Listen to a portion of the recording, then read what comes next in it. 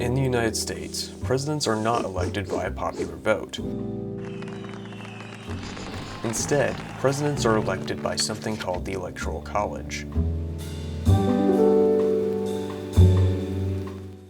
The Electoral College was created as a compromise in the original Constitution. Some of the framers wanted Congress to appoint a president.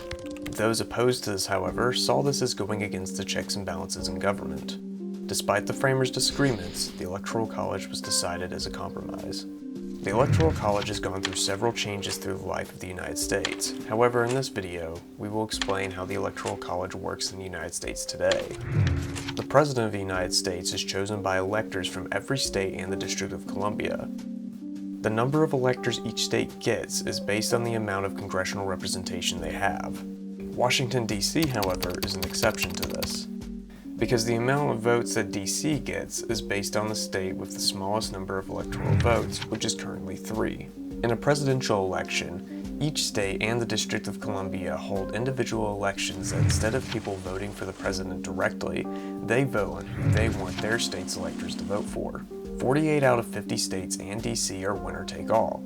This means that whichever candidate receives the most votes from a particular state wins all the electoral votes from that state.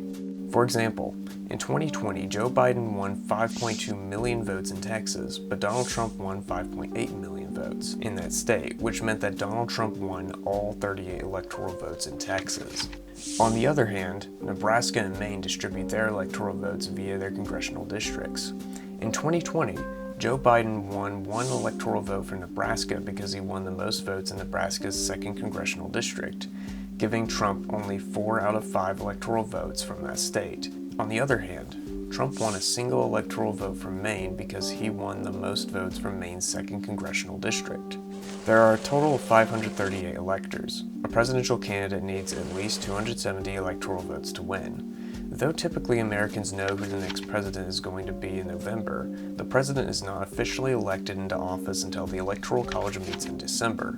Though electors are people chosen to represent the candidate their states voted for, it is possible for an elector to defect and vote for someone other than who their state voted for. This is what is called a faithless elector. If both candidates fail to get at least 270 electoral votes, then the presidential election is decided through Congress. In this scenario, each state's congressional delegation in the House of Representatives votes to decide who becomes the president, and the Senate votes to decide who becomes the vice president.